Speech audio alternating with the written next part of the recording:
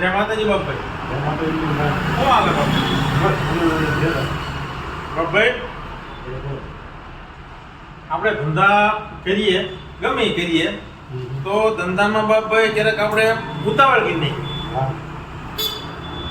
ઉતાવળ કઈ રીતે કે ધંધો આપણે કરીએ, જો આપણા ધંધાની જો આપણે કોઈ પણ વસ્તુ બનાવતા હોય એમાં મિત્રો ક્વોલિટી હોય તો તમે 100% સક્સેસ રહ્યા જાઓ, પણ તાત્કાલિક સક્સેસ ન જાઓ.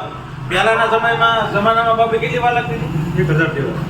અમારું બાપભાઈ તો કહે છે પહેલાના જમાનામાં ગઢિયા એમ કહે છે કોઈ પણ ધંધો કરવાનો જો ક્વોલિટી હોય વસ્તુ સારી હોય તો 1000 થી થતા બાપભાઈ ધંધો સેટ કરતા. હવે સોશિયલ મીડિયાના સાંજે 365 દિવસ.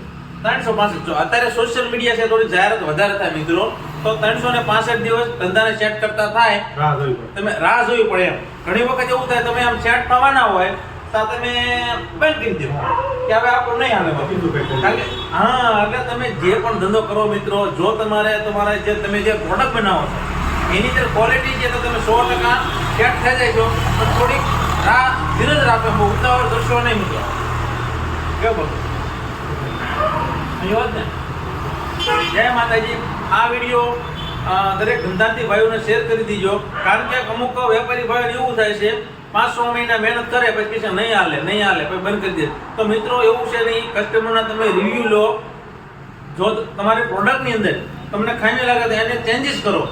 બાકી વરા દોઢ વરા ધંધામાં તમે રાહ જોવો, મહિના 2 મહિનામાં શરૂ કરી અને બંધ ન કરશો. જય માતાજી.